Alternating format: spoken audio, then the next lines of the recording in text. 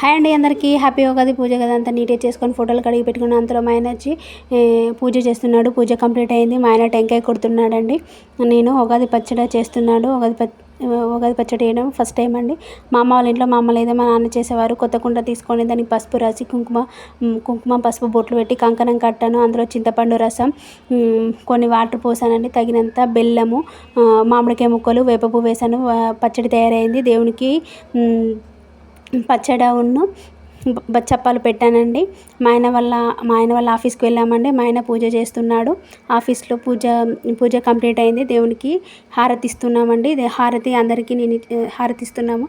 హారతి అందరికి ఇస్తున్నాము. దేవునికి నైవేద్యంగా పచ్చడిను బొబ్బట్లు పెట్టాము. మేము 2 పిక్స్ తీసుకున్నామండి, యాడ్ చేశాను.